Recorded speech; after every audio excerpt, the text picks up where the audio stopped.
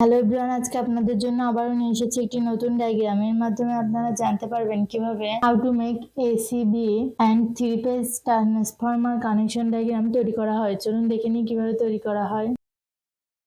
MCCB miniature cash circuit breaker, এটির মাধ্যমে first phase, second phase, third phase positive line নিয়ন্ত্রণ করা হয়।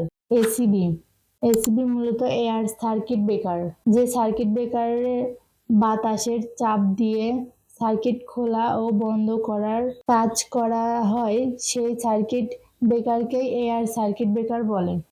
থ্রি ফেজ ট্রান্সফরমার মূলত সার্কিটের ভোল্টেজ কমানো বাড়ানোর জন্য ব্যবহার করা হয়।